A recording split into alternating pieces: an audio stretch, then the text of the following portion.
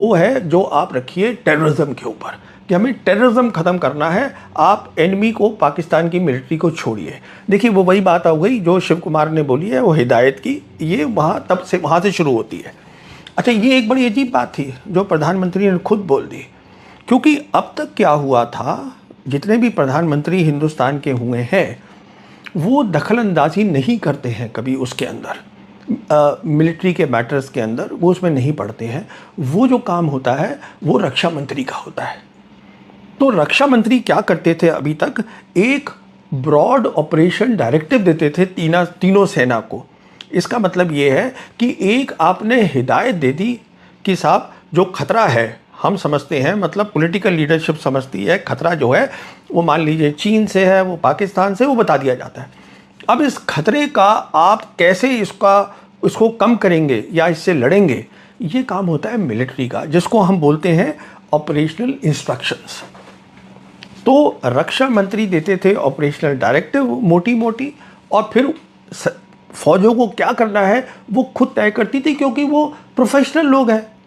अभी क्या किया प्रधानमंत्री ने, जब ये इंस्ट्रक्शन दे दी कि आप टेरर पे कंसंट्रेट करिए, पाकिस्तान पे नहीं, पाकिस्तान की फौज पे, तो वो उन्होंने इंस्ट्रक्शन ही खुद दे दी, जो पहले कभी हुआ नहीं है।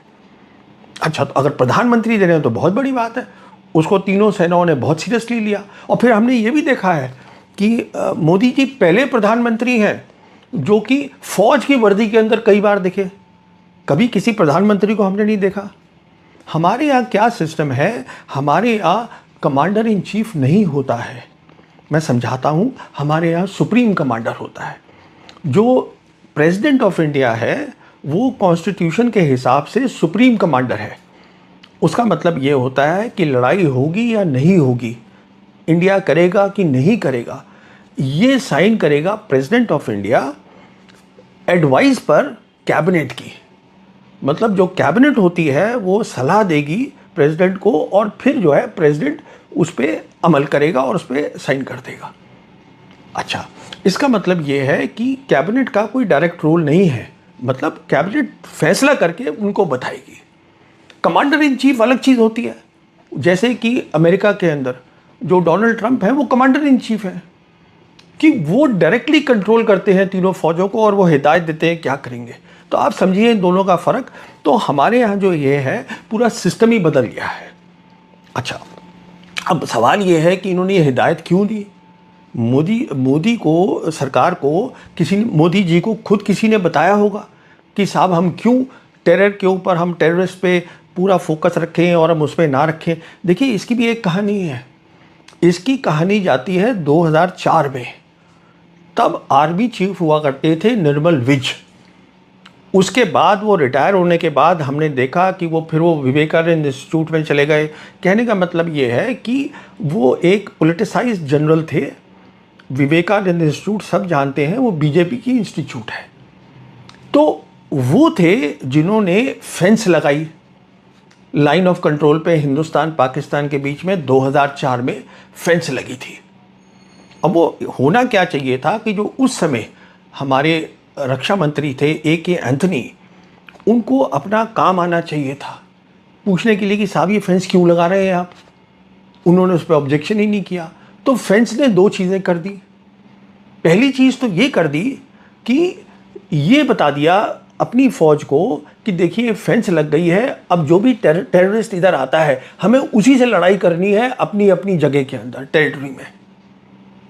दूसरा क्या हुआ, ये देखिए एक माइंडसेट आ जाता है फौज के अंदर कि भाई मैं डिफेंसिव, मुझे लड़ाई लड़नी है, ऑफेंसिव नहीं लड़नी। इसकी भी एक टर्म है जो कि वर्ल्ड वॉर 2 में कायम होती थी, जिसे बोला जाता था मैगिनो मेंटालिटी, कि आप दीवार लगा लीजिए और अपनी दीवार के अंदर बैठ जाइए आके। अरे बाबा, खतरा टेररिस्ट से थोड़ना है, खतरा पाकिस्तान आर्मी से है। 2004 से पहले ये सारा जो पंगा है वो 1991 में शुरू हुआ था, प्रॉक्सी वॉर का। और 90s के अंदर हिंदुस्तान की फौज रेड्स करती थी। रेड का मतलब होता है हम जाते थे, हमारी फौज, और उनके जो पोस्ट है आर्मी की उस पर अटैक करते थे, वो भी करते थे। दोनों तरफ से काम होता था। तो ये नहीं होता था कि आप टेरर को अटैक कर रहे हैं सिर्फ, अब वहाँ पे दागिएगा जाके। वो हमने छोड़ दिया पूरा काम करना। तो ये बेसिकली सोच वहाँ से आई थी, क्योंकि प्रधानमंत्री को तो बातें पता नहीं है, किसी ने बतानी है ना, तो ये सोच वहाँ से आई। तो देखिए ये सोच से हमें बहुत नुकसान हुआ। अच्छा, अब आगे क्या हुआ इस सोच में, जब प्रधानमंत्री ने खुद बोल दिया कि आप टेरर पे फोकस करिए। उस समय एयरफोर्स चीफ होते थे एयर चीफ मार्शल अरूप रहा। उनको लगा कि अब एयरफोर्स को भी कुछ काम करना चाहिए इसी एरिया के अंदर, क्योंकि प्रधानमंत्री ने हिदायत दी है कि साहब आप लड़ाई की तैयारी तो ठीक है, उसको छोड़िए, आप फोकस करिए कि हम किस तरीके से टेररिज्म से लड़ाई करें, टेरर से लड़ाई करें, पाकिस्तान आर्मी नहीं, पाकिस्तान एयरफोर्स नहीं। तो उन्होंने भी बोलना शुरू कर दिया, और उसके बाद जो भी चीफ आए उन सब ने बोलना शुरू कर दिया कि हमारा जो हम लड़ना चाहते हैं टेरर के खिलाफ। तो उसका नतीजा क्या हुआ, 2019 में बालाकोट हुआ, और उस बालाकोट में क्या हुआ, हमने फिर वही किया था पहले। बालाकोट के अंदर जो इंडियन एयरफोर्स थी उसको बताया गया था कि आप सिर्फ जो बालाकोट में जो वो है टेरर का कैंप है, ये मदरसा वगैरह हैं, उन पे आप अटैक करेंगे। पर अगले दिन जब पाकिस्तान एयरफोर्स ने अटैक किया तो उसने हमारी मिलिट्री इंस्टॉलेशन पे किया, हमारा बहुत नुकसान हुआ। पर हमने उससे कोई सबक सीखा नहीं, क्योंकि हमें तो हिदायत मिली हुई थी। तो उसी हिदायत का जो जिक्र है वो आज कैप्टन शिव कुमार ने खुल के कर दिया है। ये तो सारी बात है। कहने का मतलब ये है, आप कभी इस सोच से जीत ही नहीं सकते। क्यों नहीं जीत सकते? क्योंकि आप कभी इंफ्रास्ट्रक्चर टेररिज्म का ख़त्म कर ही नहीं सकते। दिक्कत टेरर नहीं है, दिक्कत टेररिस्ट नहीं है, दिक्कत उसका इंफ्रास्ट्रक्चर नहीं है, दिक्कत पाकिस्तान आर्मी है जो उसको पूरा दे रही है, बढ़ावा दे रही है, उसकी ट्रेनिंग कर रही है। उसको आप कुछ करना नहीं चाहते हैं, क्योंकि आप लड़ाई नहीं करना चाहते हैं बिल्कुल। अच्छा, सवाल ये है कि अब आप कैसे लड़ाई करेंगे? अगर आप ये सोच लें कि मैं टेरर की जगह पाकिस्तान आर्मी से लड़ाई करूंगा, उसके लिए फिर आपको लड़ाई की तैयारी करनी है, जो 35 साल से हिंदुस्तान की फौज ने की ही नहीं है। अगर की होती तो पाकिस्तान ये सब बंद कर देता। अगर हमारे पास ताकत होती तो वो 35 साल तक ये क्यों करता रहता, आप मुझे समझा दीजिए। तो दिक्कत सारी यहां पर आ रखी है। अच्छा, अब आगे चलिए। तो जब ये हमने फैसला ले लिया ये कि हम जो है ऑपरेशन सिंदूर में ये हिदायत दे दी गई जो शिव कुमार ने बोली है, हम टेररिज्म पे, इंफ्रास्ट्रक्चर पे फोकस करेंगे, तो अब हम ऑफेंसिव क्या करेंगे? वो भी तो कुछ करना था सरकार को। तो ऑफेंसिव के लिए 2 चीज़ें चुनी गई करने की।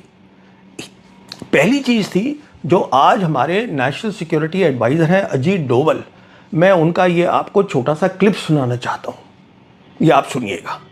In India, one is Pakistan, which is the sponsor of this thing. How do we tackle Pakistan? Then you change the engagement from the defensive mode, because in the defensive mode you throw 100 stones on me, I stop 90, still 10 hurt me, and I can never win, because either I lose or there's a stalemate. You start war at your time, you throw a stone when you want, you have a peace when you want, you have the talks when you want. We, if we are in the defensive option, we will see where the balance of equilibrium is.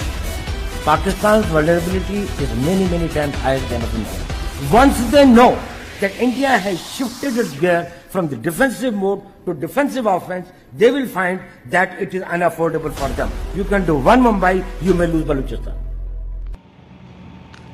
अब इस clip में उन्होंने ये कहा है कि हम अगर सिर्फ डिफेंसिव रहेंगे तो हमारा उसमें नुकसान होगा, जो सही बात है कि अगर वो हम पे 10 बार हमला कर रहा है, 10 हम पे दाग रहा है, गोले दाग रहा है, हम कितने 8 रोक लेंगे, 2 तो फिर भी हमें नुकसान करेंगे।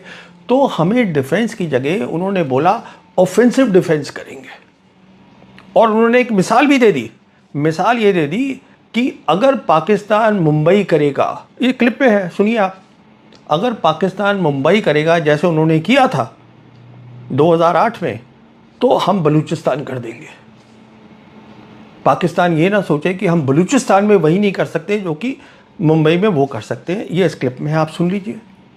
तो उसका कारण है कि आज पाकिस्तान सारे दुनिया को बता रहा है